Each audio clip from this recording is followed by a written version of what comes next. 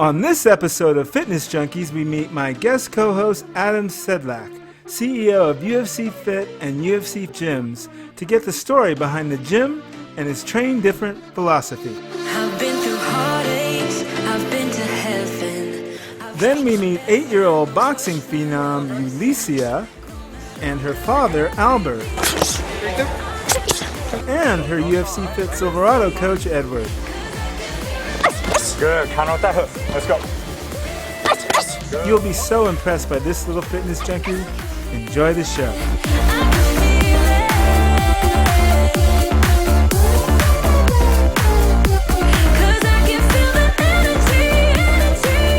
What's up, Fit Fam? This is Giovanni of Gio's Logic, your host of Fitness Junkeez. I hope this show meets you in good health and spirits, and if not, I hope it inspires you to do something about it. Today, I'm really excited about this show. I've got a guy sitting next to me here that is hard to get in touch with, so I'm glad he finally made it into the studio. He happened to be right next door at the UFC PI with another one of his athletes, and he just hopped the fence and he's over here. I'm sitting here with UFC CEO, Adam. How are you? It's good to be here, Giovanni. How are you? I'm very good. I'm not liking the Raider apparel. As a Kansas City Chiefs fan, I don't know if you and I are going to be able to connect or not. I don't know, man. It's true. And we also have friend of the show, Brad Feinberg How you here. doing? Good. How's it been, Brad? Really well. Can't complain. Your squats, dude.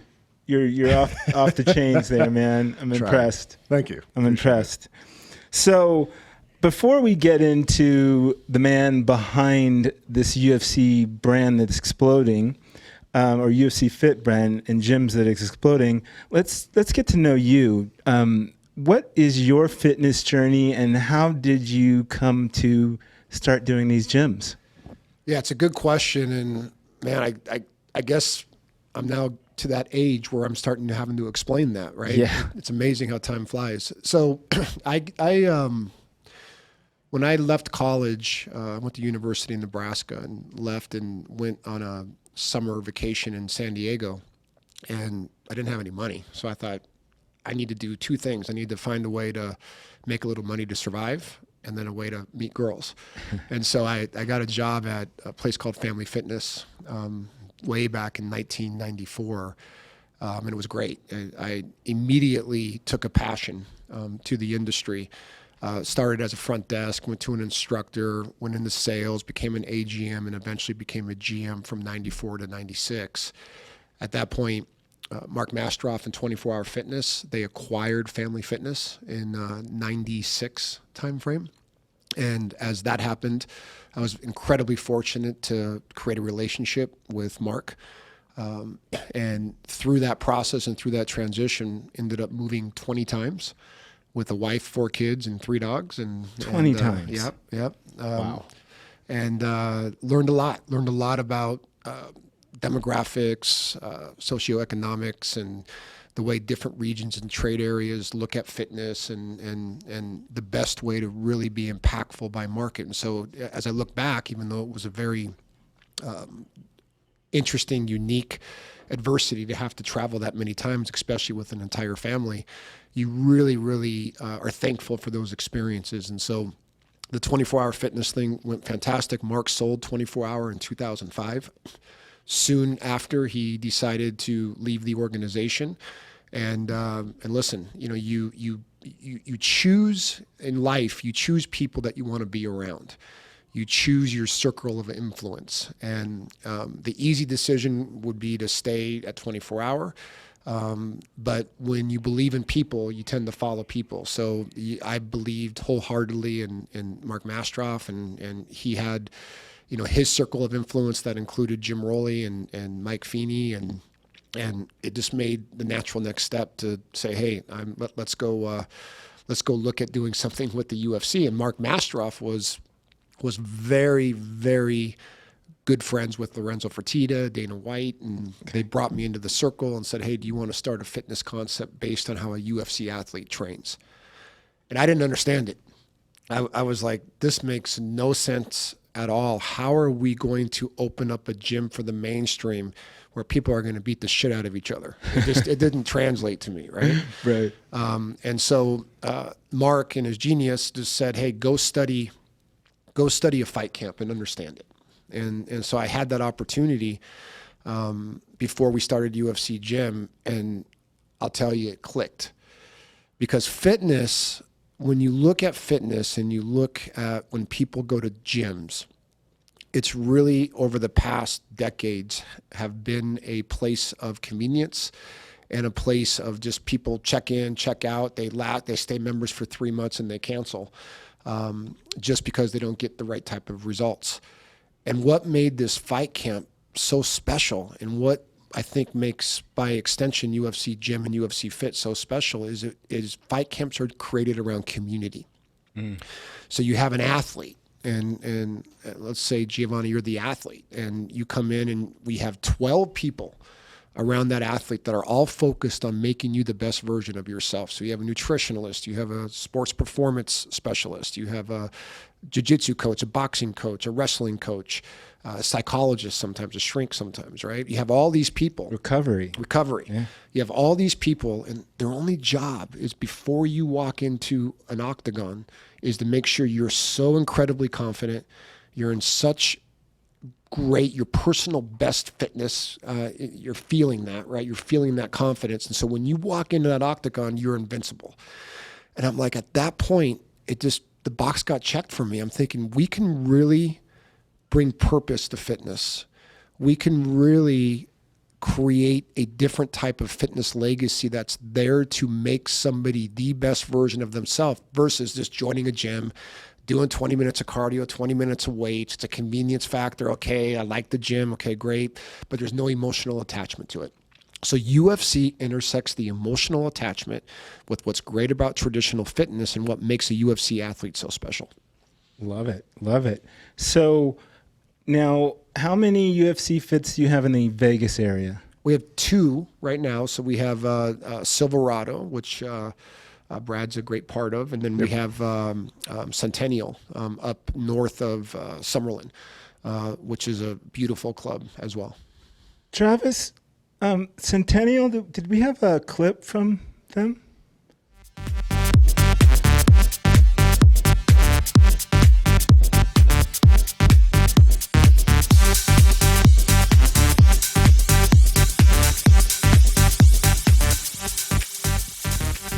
My name is Melissa Graves, and I am a founding member at UFC Fit Centennial. As a UFC fan, I was really drawn to the idea of working out in a UFC facility. Originally it was all about, I wanted to take kickboxing and as much of that type of class as I could. And I have to say, since I've become completely immersed in the gym, it's so much more than just kickboxing. I have been pushed out of my comfort zone in ways I couldn't even imagine, taking classes like Zumba and cycle, and I think the just diversity and the different classes and selection just really make for a good workout experience. The instructors, to be able to work out with people who have actually stepped foot in the octagon or have been, professional athletes, it really does drive home the idea of train different. And this has just been a really, really good experience in the short time that the club has been open. And we just can't wait to see, where it goes from here. Champions on 3, loud and proud. Ready? 1, 2, 3, champions! Great job, Chad. High five when we're done. Hi, my name is Corey. I am the HIIT instructor here over at UFC Fit Centennial. Our classes are just under an hour of a full body functional fitness workout. It's going to test your strength, it's going to test your endurance, and you're going to have a lot of fun with it. It's an all skill levels class. We bring people together who've never worked out before, people who train every day, and everyone in between. My name is Mimi, and I've been with UFC Fit for a month and a half so far, and I really love it. It's a great gym. I didn't regret it. It's not only the classes that you get with Corey, the HIIT. You have different classes. You can have a personal trainer. You see the equipment are super new, nice, wide, and the music is nice. The people that work in here, they're so friendly. So I'm really happy, and I really love that gym. Wow. Yeah. I need to go work out now. I'm excited. Right, right. Yeah, so we thought that we would hear from some of the members there, but then I also said, well, let's get some color from someone that spends a lot of time there, like Mr. Brad over here. Is Chris on there? Hey, Chris. What's going on, everybody? You see this guy next to me? I do. I see him quite often, as a matter of fact. How you doing, Christopher? How you doing, Adam? Good to see you. Good. How's your numbers? The members numbers are good. The members are good too, though. So yeah, numbers are doing just fine. Awesome, awesome. So you got to see that video that we kind of collaborated on. You took some of that footage. Our guy took some of the footage. Talk to me about those members. I mean, I know it seems like you guys are all drinking the Gatorade. Are you sharing it with the members? They seem to be big time promoters. You know, when I first was given the opportunity to come on board with UFC Fit, you know, I had a lot of feedback from members at other clubs that I'd been a part of in the past, and you know, the common denominator that kept coming up was culture, community, and family.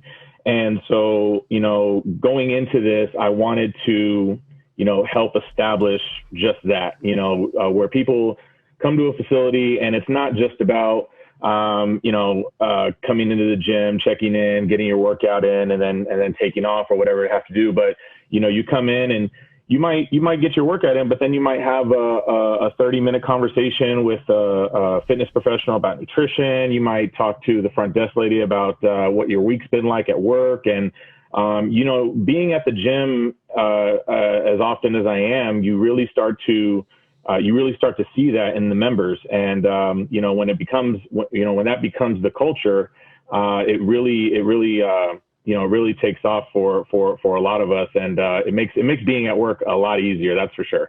And you know, so for the members, I'm really happy that seeing some of that footage there. I'm really happy that it's rubbing off on a lot of our new members, especially the lady only being there for the last month. So no, it's really exciting. So let's hear a little bit about your fitness journey. Were you into bodybuilding? How did you get to UFC Fit?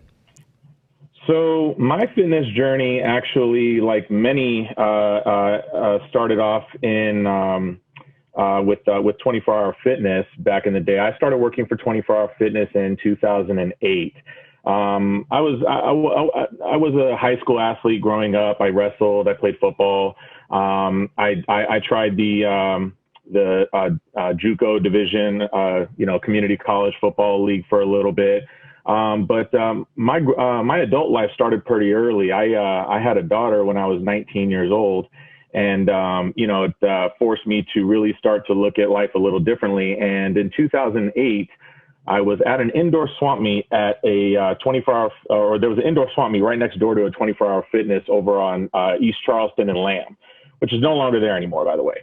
But the general manager was in the area and overheard me trying to discount shoes at this indoor swap meet with this guy I was talking to. I was trying to get shoes at a discounted rate. And he walked up to me and he said, hey, you ever sold gym memberships before? And I said, no. And he says, well, you know, do you need a job? And I said, well, yeah, as a matter of fact, I do. I just had a daughter, and yeah, I'm definitely looking for an opportunity here.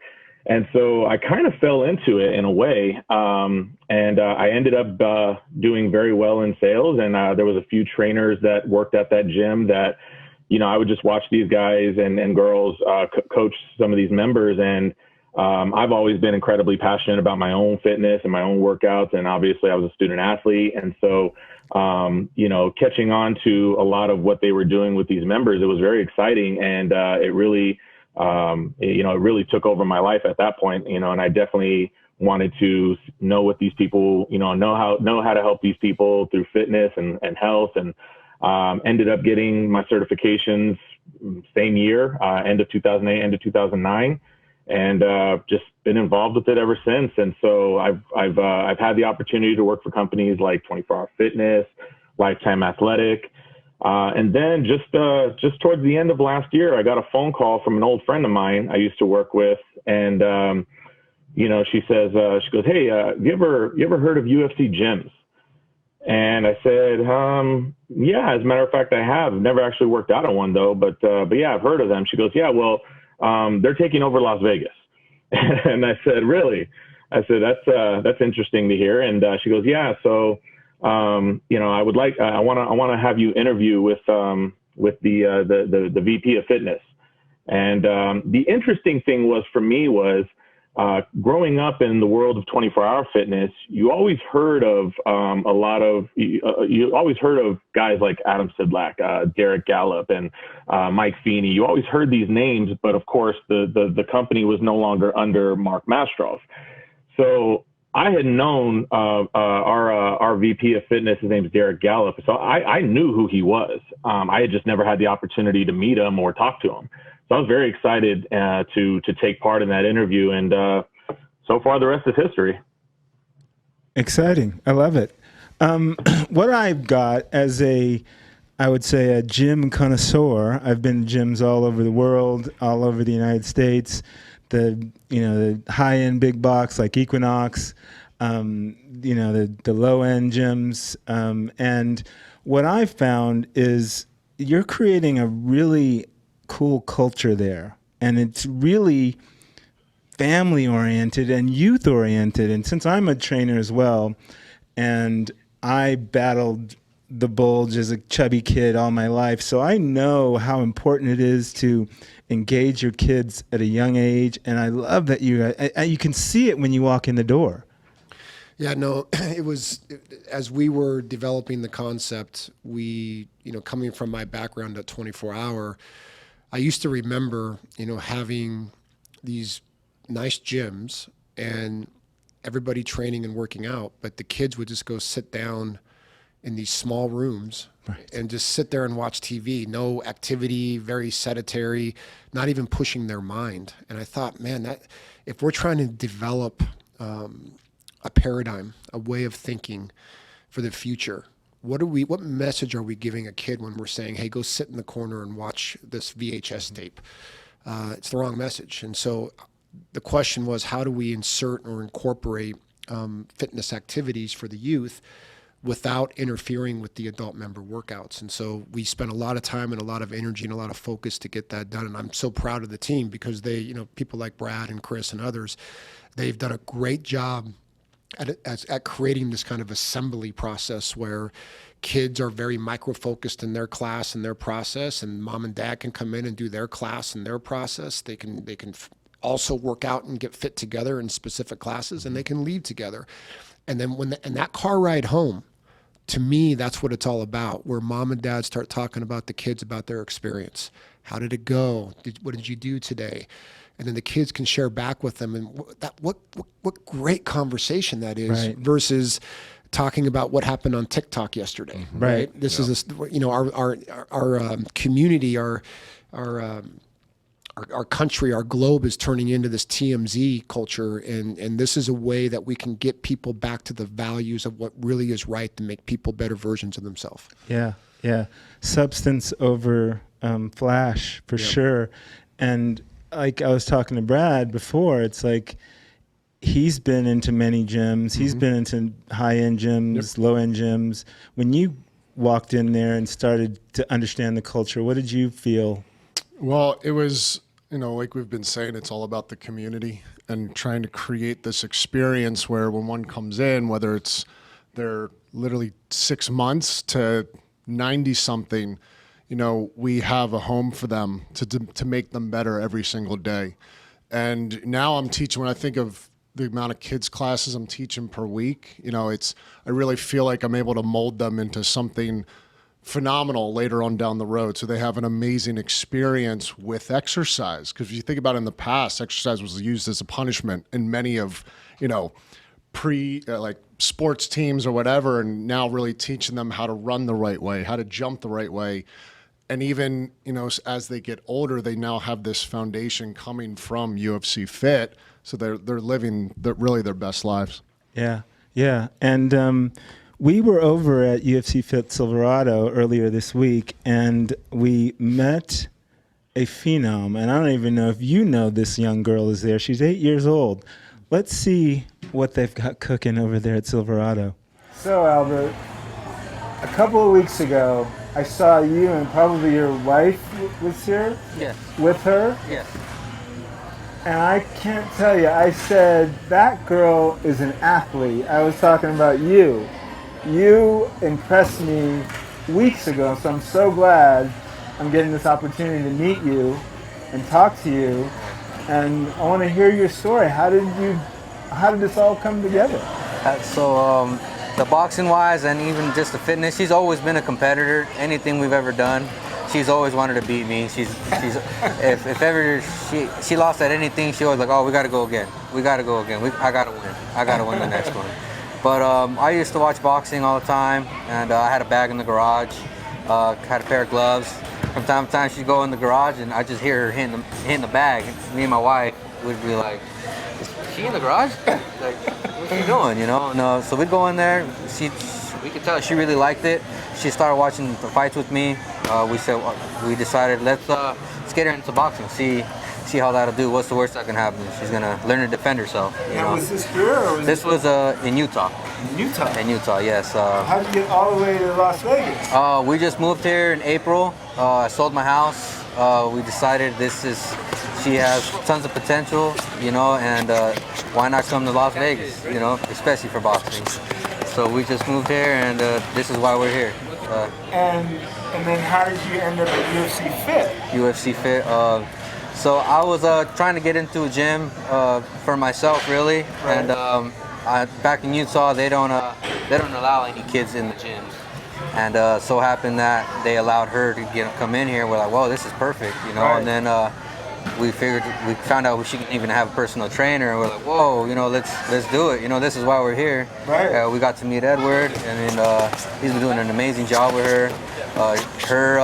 She's always worked really hard, but since we've moved here, it's just been, her work ethic's just been getting better and better and better, and it's amazing, man. It makes me really proud. Now, what do you think about UFC Fit? I think it's really awesome. I love it here. Oh, cool. And what about Edward? He's an amazing trainer. I bet. And your dad has got skills with the mitts. Yep. So, Superbad, what's your punch? Like, what's your good punch? Like, what's your winner? Well, my hard punch I like to use sometimes when I'm like sparring or something is my right hand because it's my power hand. What do you think, or what would you say to the parents that would say she's too young to be boxing? Do you feel it's safe for her? I do, honestly, with the headgear, the gloves, and honestly, even the officials and the referees inside, they really don't let the kids take too much punishment, honestly. Right. If they do see a kid is taking too much punishment, they stop it automatically. Okay. They don't wait till the kid gets really beat up. Olympic style boxing, and there's shorter rounds also. There's only 3 rounds. It's not like pro fighters when they go 10, 12 rounds. That's right. where most of the damage comes. Right. So it's really quick. Again, I saw you a few weeks ago. I'm really excited that I got to meet you, because someday you're going to be a boxing star, a phenom. Yeah. I can't wait to see you. Thank you. Wow, how quick were her hands? Oh my God. Insane. When I literally saw her, and I was just like, oh my God, this little girl is going to be, she's already an athlete. Yeah. Well, could you just sense, listening to her confidence and the fact that she was proud to be there? That's what training in the world of MMA does to somebody. That confidence level, that trigger in their head to say, hey, let me participate in life. It's so great to see that. Yeah, I was so impressed. Like, I thought she was going to be scared and quiet, and she was just bing. Yep. And he was saying that you know, there's that, you know, pushing your kids too much to do a sport because you think they could be great. And he says probably 90% of the time she is like all into it and like she loves it. She's fully engaged. It's not like she walks in kicking and screaming like, oh, I got to do boxing today, you know? So she's, you know, like I said, I think it's something in the water over there because they're all bought in and they're all loving it. Well, it's fun too. It's like, that's the thing. We forget that exercise is fun. Yeah, it should be challenging, of course. That's how we change. But if you're not having fun, why would you be doing it? Yeah. And if she wasn't doing that, you know where she'd be? She'd be on the couch on an iPad playing games. Yeah. Right? What's better for you? So yeah. It's great. Great story. Hey, Chris, you still with us? Still here. Yes, sir. Do you have any little phenoms over there? It's your spot? You know what? We, you know, there's quite a few and maybe not so much in boxing, but I do have some kids that wrestle in the nearby high schools. And, you know, we're fortunate enough to have a coach on our team that used to wrestle for Boise State. He was a competitor in the UFC for quite some time. And so his background is that wrestling. So I got a few kids that work with him specifically on their wrestling, because I mean these are kids that are freshmen in high school. As a matter of fact, one is going into a senior year, and I just talked to his mom the other day. We got him set up on a program, and you know his goal is to go to state this year, senior year, because I don't know if you guys know this, but we just came out of a really ridiculous pandemic year, and so he missed his entire junior year for the opportunity to make state for wrestling. And so, and it's so great to see that little girl over there, because I mean, you know, especially with kids nowadays, you know, like Adam said, if you know, where would she be if she didn't have a passion for what she's doing and exercising? She'd be at home on the computer or on games and iPads and things like that. So yeah, so we got some good kids at the Centennial location. That's awesome. So talk to me, Adam, about the science of bringing kids into fitness at that age. Well, I mean, listen, we know that when you look at kids and when you look at our lifetime values and you look at our lifetime habits, everything's created in that first 10, 12 years of your life, right? And it's so important that we program the brain correctly. Now, we know Chris and Brad aren't going to go and say, okay, you know, 8-year-old, let's get you on the bench press and let's see what you max out at, right? I mean, Brad might want to do that sometimes, but I don't think he'll do it too often. We know that you got to be very, you know, sensitive, and you got to follow certain regimens to make sure that it's what's best for the body, right? Nutrition's a very big piece of this, making sure that we're having conversation points. But you know what I love about some of the coaches at our gyms is it goes beyond the four walls of inside of a facility. They also talk about grades. What kind of grades you getting at home? Are you cleaning up your room, right? Just little things that can extend into their entire lifestyle. And so, you know, the reason we hire such high caliber people like Chris and Brad is to make sure that we can be in a great position to service and help and inspire and motivate these kids, not only to step in our doors to get started, but then to stay with it and keep going. And we think that's going to extend into a very, very healthy person, not only in their household, but in the entire community as they continue to get older. Yeah, mixed martial arts in general, boxing would be included in that. It trains you discipline like no other sport, I think. It's more of, you know, she was really fortunate that her parents were able to pair up with a trainer. Mm-hmm. But like, it's like, when does that happen? Like, I don't see that anywhere else unless you go to a private studio. Yeah. Right. Was that Chris? Yeah, not that doesn't happen often enough. I mean, you know, I'm just looking back at my own personal, you know, growing up, and like I said, I was, in high school, I was a wrestler. Even before high school, I was boxing. And, I wish a lot of times I had the resources that a lot, even my own kids have these days. And, it doesn't happen enough, but it's amazing that they have the resources that they have nowadays. Yeah, 100%. Now we have another coach. I don't know how it works, but he was her trainer, and we did a little interview with. We went through some of his workouts for her. Let's see those workouts. So Ed, we're here at UFC Fit Silverado, and we're here with Yullicia. And how did this little girl become on her way to becoming a fighter? So she came up to me. She already had a couple fights already. She's undefeated right now at 55. So she came up to me 8 weeks before her fight saying she wants a little bit more strength and conditioning. And I told her that I'm gonna put her through an 8-week camp right before her fight to get her seasoned for her next fight. And then we've been working on her strength and conditioning, her stability and mobility as well too. Wow. How's it been? It's been really good. Oh, good. All right, so you're gonna take her through conditioning first? So I'm gonna show you a little basic condition what we're doing. She actually has a fight this week coming up. So I'm gonna show you a little bit of what we like to do to warm up, and then a little bit of strength and conditioning too as well. Yeah? Awesome. Good. Remember, now we're gonna crisscross. 1, 2, 1, 2, stand on our toes. Good. 2 feet together.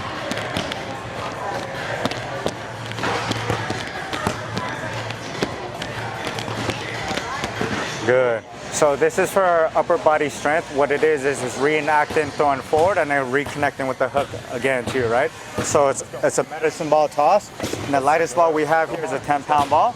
So she's gonna use her whole waist into it to throw at the wall, and then she's gonna counter with the hook, yeah? Ready? Go. Good, one more. Good, let's go. One more, let's go. Good. This right here, this is also like a full body movement where we're gonna use her legs in this part too. And she's gonna be in a good boxing stance, right? When she's in a good boxing stance, she's gonna use her legs to come back down, and she's gonna load up, and she's gonna toss her, and it's gonna reenact the uppercut, yeah? Okay. It's all the power driving down into the force, and she's exploding it back up, right? So it's all explosive workouts that she's doing, right? Good stance, right? Ready, down, up, good, just like that. One more, down low, ready, down, toss, good, last one, finish strong, got it, ready, down, up, slow, good, just like that, relax, good job, there we go. So Ed, you can tell by the sound effects he's legitimate, right? Oh yeah. Talk to me a little bit more about these guys, the Brads, the Chris's, and the Edwards. Like, that seems to be unique. And we talked a little bit about what you're looking for in a trainer or coach. Give me a little bit more on that. Well, listen, the DNA of any great organization is always going to be about who represents your value proposition. And if you don't have a strong value proposition, you can't replicate and duplicate and grow.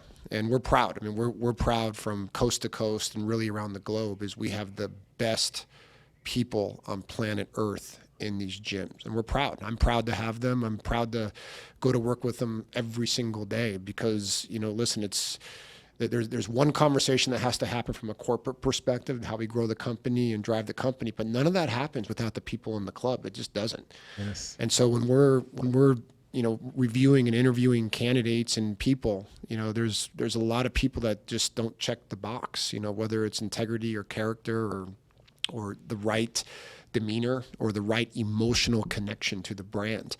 And it's fine. There's other fitness companies out there. And listen, I love this industry. I don't even look at the industry as competitors anymore. We all have one job to do is to get people fit.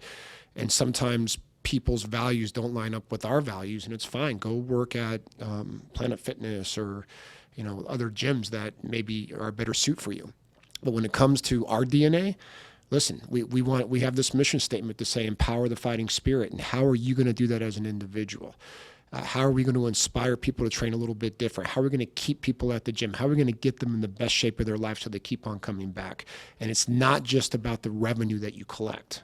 And you have to also collect revenue, right? It's a sign, it's an indicator that you can perform at a high level.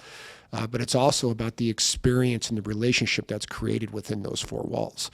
And so my job is to make sure that they get what they need and make sure that we support the process so they can effectively position the brand the right way. And we couldn't think of any better candidates in Las Vegas than Brad and Chris. I mean, we're very proud to have them on our team, and they're going to really help us continue to grow those clubs out. Now, I do have a question for both of them if Chris is still there. Right now, Silverado and Centennial are kind of a neck and neck on growing their member base and their training base. And so I'd like to hear from them which club they think will be the first club to get to 2,000 sessions in 1 month, meaning training 2,000 sessions with kids and adults in one month. Is it going to be Chris or Brad? Giovanni, what do you think? Well, see, I'm partial to Brad, Okay. but Chris is a good-looking guy. I guess. Don't let the hairline fool you. He's got a filter over there on his camera. No, yeah, I mean, I'm obviously biased to myself in this particular question. Obviously, I think it's going to be me, but I mean, I love the team over at Silverado. Also, I think they're doing a really good job with the members and that they have there. But yeah, my team comes to work every day and they're ready to rock and roll. The one thing I will say about you, Gio, you mentioned a question. You said asked a question about looking for right coaches and everything. And this is something I know Brad does too, or at least believes in too. Is just that with coaches, if you genuinely care about people, then you're going to be a good coach. You just have to give yourself the opportunity to educate and give all that, get all the means that you need in your arsenal to deliver in terms of fitness knowledge. But if you genuinely care about people, you're going to be a good coach. That's a given. So it's just a matter of finding those that have that genuine personality to be able to assist others. And I would add this is, listen, my question that I pose creates competitive spirit, right? Mm-hmm. Right. And these guys both have a huge, high respect for each other, but they're also extremely competitive. And they, of course, want to perform. But that's the same environment they bring to their clients and their team. And if you don't bring that type of environment, then you just have a flat gym that you might as well go pay $10 a month for. We are not a $10 a month club. I don't believe in a $10 a month process. I think it's good for some people because it's an easy entry point into fitness. Mm-hmm. But what really gets people results is purpose and a little bit of competitive spirit and pushing people to really go beyond what they thought was possible. And you'll see it with Brad and you'll see it with Chris. You'll see it translate within their coaches and their trainers because that's the way they are. Good leadership extends down to the team, and that leadership extends to the member base. Excellent. We spent some time with Edward because I could tell he was next level coach as well, and I wanted to hear his perspective. So let's see what Edward had to say. So Ed, tell me a little bit about you, UFC Fit, what you do, and how you got here. So how I got to UFC Silverado is COVID happened in California. Everything was shut down and I was looking to further my future, and I knew there was good training camps in Las Vegas as well too. So I've been coming back and forth from Las Vegas and California through fighting American Nationals and a lot of Las Vegas Opens, and I met a lot of wonderful people at Venom training camp over there at Checkmat Las Vegas. So they really got me driven to come over this way, and I was always working with youth, and UFC Silverado was just getting built, so it was a perfect opportunity for me to come in here and teach the youth, and that's what I want to work, teach the youth and do strength and conditioning. And what do you think about your little subject here, Yullicia? What do you think about her potential? She's amazing. Her work ethic and how she trains every day. When she first sat down with me and we talked over her goals, she trains 6 days a week. She boxes 3 times a day, does strength and conditioning with me twice a week. she also wakes up on Saturdays at 5 o'clock in the morning to go run. And I don't know any 8-year-old kid that does that, you know? That's a different mentality right there, you know? She's driven, and it's like, and it's really cool is because, you know, a lot of kids are forced into doing things. This is what she likes to do, you know? Yeah, she really likes to box, and this is what, every time she walks in here, she's like happy, she's like, let's go. I always ask her, like, is it too hard? It's too hard. She said, nah, it's too, you know? So what do you teach as far as discipline? I know martial arts is very discipline oriented, and you learn so much more than just fighting. Do you teach that in with your students? Yeah, for sure. Like when you do one-on-one instead of like when you teach like a big group of class, it's a lot different because you got to control the group, so it's more watered down. But when you have one-on-one, they can understand you. So it's not me more teaching them. It's like they could read my body language. They could read how I like to drill things and do things. And you know, it's like when you take in charge of something and somebody's that driven, it's like they're focused and they understand, they believe, and they trust you, right? So it's all about trust in this industry. Nice. Every trainer I've had on here seems like next level. It does talk about your culture. You are developing, and I'm going to assume that it's like that back in Florida too, or is it? Yeah. 100%. Awesome. So talk to me about a little bit more details. If families are watching this and they're thinking about, can I have my kid do that? Like, what are the age breakdowns? And I know you also have a kids club. Is that for a younger set of kids? Yeah. You know, we typically, kids underneath the age of 6, we have more of a social environment kids club where they play games and move around, and we try to capture their attention. And then as they turn 6, we try to evolve that attention focus into more of a MMA fitness type of approach. And so there is a process to do that, right? And you know, and let's be clear. You know, you talked a lot about. We've been talking a lot about coaches and trainers, which obviously is the core value proposition. But as they say, it takes a village, right? And so from our sales teams to our maintenance techs to our janitorial team to the front desk team to the people that are running recovery, I mean, there's just so many people. Everybody has this obligation and responsibility to create these right environments for, first of all, their team, and then secondarily to the member base, to the adult population, and then that cascades down to the kids. And so the format is real simple. Is you make it simple, you make it fun for the kids. The ones that really embrace wanting to be competitive, there's an avenue for them. The ones that don't embrace it, then it's about just having fun. We're fine with that. Let's create that fun experience. And sometimes it's not MMA at all. Sometimes it's just performance, where they just want to become a better basketball player, a better baseball player, a better football player.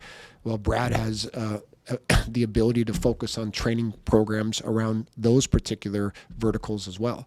And so it's just based on who the kid is and what their personality type is. But I've seen some, you know, we've been in this since 2009. I've seen some amazing stories. Kids that were suicidal, kids that were getting all Fs, kids that were delinquents. And once they stepped into our gym, they completely turned their life around. And it's very inspiring. It's motivational, and it really gives us, again, when I talk about purpose in the industry, it really underlines and emphasizes what we try to do to bring that purpose to life. And I'm sure top down, I know sometimes when you're in leadership, you're worrying about the numbers, and you don't get the kind of one-on-one fulfillment that you see and get when you see your client, like Edward's client, succeeding. You're probably getting a little bit different fulfillment out of seeing stuff like this. Yeah, my fulfillment is really seeing it through the team in the clubs. And I was with Brad yesterday at Silverado, and just walking through the gym with him and hearing the story and hearing, you know, this guy has stepped in, and you know, when we needed him to step in, he stepped up, more importantly, to really make a great culture out of something that was a little bit flat in the beginning, and he's done a fantastic job. And that stuff inspires me. That stuff motivates me, because I know by through translation, that's going to get to the member base, right? And that's where it's going to change the members' lives for sure. And yeah, I mean, listen, there's numbers to hit. You know, the UFC and our board gives us a lot of money to build clubs, and in any business, you got to get a return on investment. It's okay to talk about it, right? It's part of what business is making sure that there's a return on that investment so we can continue to grow and create great careers within our business, and obviously give more and more opportunities for members to experience this brand, not only across the U.S., but across the globe. Yes. So speaking of that, you've got 2 gyms in Vegas. You're building out across the U.S., and then I think I saw on your Instagram you were doing something in Japan, or where was? Well, many more. I mean, lots of countries. So we have we're developing in 37 countries right now. We just announced Germany, where they are starting their first club. Japan opened their second club. Moscow opened their third club, and it goes on and on and on. I think in the Middle East we have 12 or 13 locations. Australia we have 12 or 13 locations. And what makes it so special is there's this global connectivity that stands for the same thing that we stand for in this room right now. And so it's proud. It's proud to see that, and it's proud to see the number of lives that are being impacted on a global basis. Wow. So do you have, speaking of numbers, where do you see, let's say, the Western United States, and like what's like the numbers of how many gyms that you're hoping to get open and how soon? Well, you do everything the right way, right? Meaning that there is such thing as overexpanding too quick. And so you want to make sure that you're very strategic and that you really think things through as you continue to grow a brand. And so listen, we're building clubs in LA right now, San Diego, Seattle, Hawaii, and we're just doing it one at a time. And where it makes sense, we'll continue to grow and expand. And so, when you look at Silverado and Centennial, based on their ability to create the right types of success, we'll continue to grow in Las Vegas. It just takes it one step at a time. That we want to make sure that we don't put the cart in front of the horse, and that we grow with good fundamentals and a very strong foundation. So, Jessica I was on the show a couple of weeks ago. She's part of the Silverado location. That's right. And she was talking about there's a difference between, and I don't know what it is, between the UFC Fit brand and the UFC Gym. What's the difference there? Yeah, really quite similar, to be very transparent with you, right? Okay. UFC Gym, I would say, skews a little bit more towards the MMA world, offering many more verticals of MMA. So where it incorporates wrestling and it incorporates even sometimes judo and some other disciplines. When as COVID hit, there was a unique opportunity because 24 Hour filed Chapter 11, and many fitness companies, several fitness companies followed suit, and we saw it as an opportunity. As you know, when you go out and build a gym, there's such a major expense into investing into CapEx and permits and the construction process and working with cities. Well, if you have shells that are already, for the most part, built out, and you come in and just clean it up and you insert your brand, and you can become a little bit more efficient in opening a facility. So when COVID hit, I went to my board and said, listen, I know that all the clubs are shut down. I know everybody has to stay at home, but I'd like permission to double the size of our company in the next 12 months. Can I do that? And they basically looked at me and said, can you explain yourself? And I said, well, yeah. And I stated the case. I just said, hey, we have opportunity to take a look at some good real estate, and we know the markets really well, and I'd like to go in and see if we can, through our people, be able to grow and evolve this brand. And the board came back, led by Mark Mastroff, and they gave me a blank check and said, go do it, go make it happen. And so we literally, opened 15 locations over the last year. And all the clubs are just doing fantastic. It's through the team, and it's through the people that we put into those clubs that have allowed us to create that type of success. And the key is continuing, one day at a time to get a little bit better. And as a fitness operator, you never want to be arrogant and think that you're perfect, because we are far from it. We have opportunities, but every single day, every mistake we make, we own it, and we always make sure that we do the right thing and correct it the right way to err on the customer side.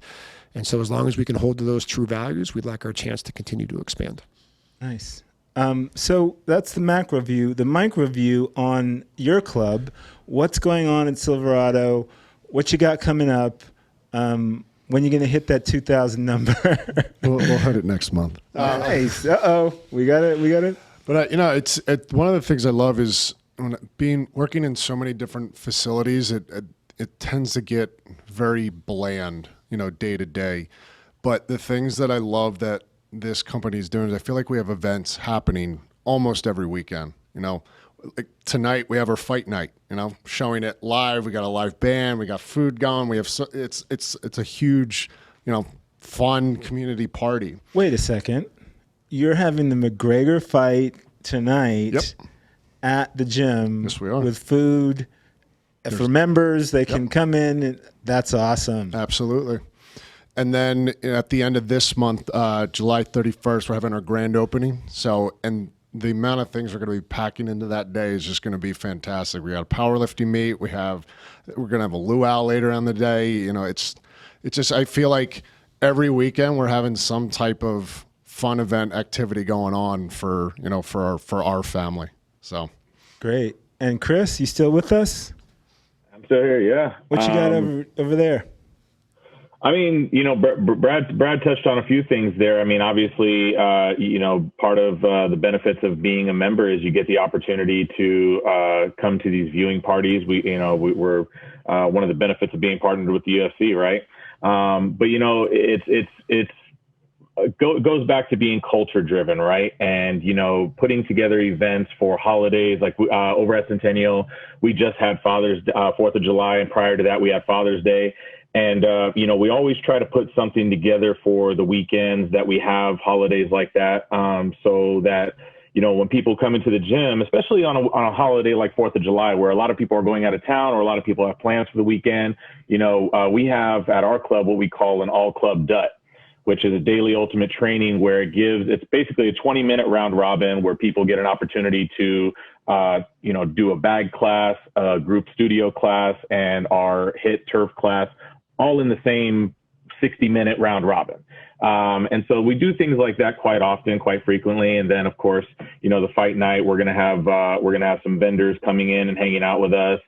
We got some raffles going on, and Silverado being partnered with an amazing athlete like Jessica I, we have the fortunate opportunity to be partnered, with the one and only Forrest Griffin, who's been a phenomenal partner with us. And every now and then he likes to pop in and do a class on Saturdays, and that it drives a lot of members excitement, because I mean, where and how often do you ever get a chance to train with a UFC Hall of Famer like Forrest Griffin? So, we put together events like that quite often.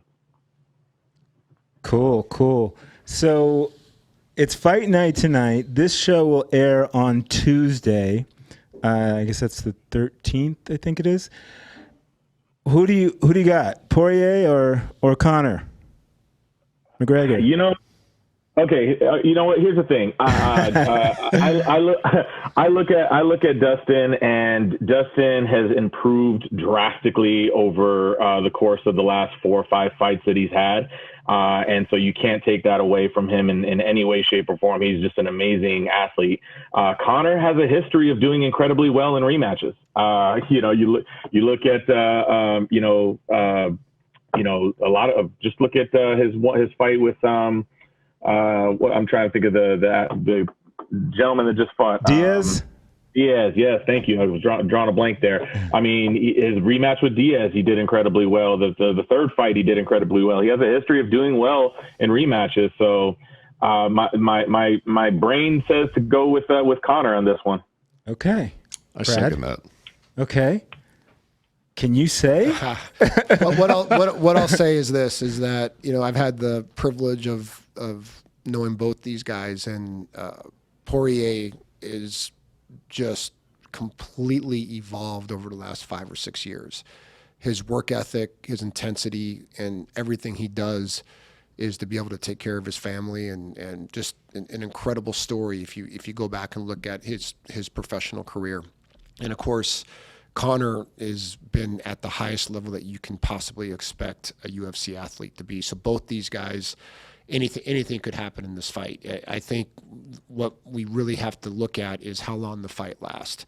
I think if the fight goes 2 rounds or less, I think Conor becomes that jab and his boxing is just, I mean, it's impactful. So I think if Conor has a full tank and he connects, I think he has a good chance of winning. I think if it goes beyond 2 rounds, I think Poirier becomes more and more in position to take the fight. So it'll be interesting to watch. Yeah, I think I have to go with McGregor. My business partner who just walked in, he would kill me if I voted for Justin. So guys, all of you guys, thank you for your time. This was really great. Every time I walk into Silverado, I see a little athlete, and I see this dynamic, this culture that's like no other place I've seen it in the world. So you're doing something over there, and it's exciting. Anything you want to promote or talk about that's coming up? Well, instead of promoting, I think what is very important to leave the conversation with is the importance of people that hear this, of getting fit and getting back into an active lifestyle and eating right. Because what did we learn over the last year and a half here with this pandemic, right? We learned that people that were mentally unhealthy and people that were physically unhealthy are the people that more than likely died if they got COVID. And it's our job, it's our obligation, and UFC Gym, UFC Fit wants to take the point on this, is to give people an opportunity to come in and if there's any future pandemics, if there's illnesses, there's challenges, there's diabetes, I mean, everything, it just seems like everything comes back to obesity and not being in shape. And I think now we've learned this lesson through the pandemic where we can stop this. And again, that's why I don't think other fitness gyms are competitors. I think that we all have a responsibility together. Right now, 24% of the population is actively working out. Well, let's get that to double. Let's get that to 50%. So when there's any adversity in the future, that everybody's going to be much more well positioned to take on that adversity and come out the other side on top. 100%. I love that you said that. That was amazing. But again, thank you for your time. I know you're a busy man flying all over the world, opening gyms everywhere. Brad, I know you're busy opening a new club. And Chris, over there in North Vegas, you guys are all killing it. I really appreciate your time today. If you're watching or listening to this, like, share, give it a thumbs up. And until next time, Fit Fam, I'm out.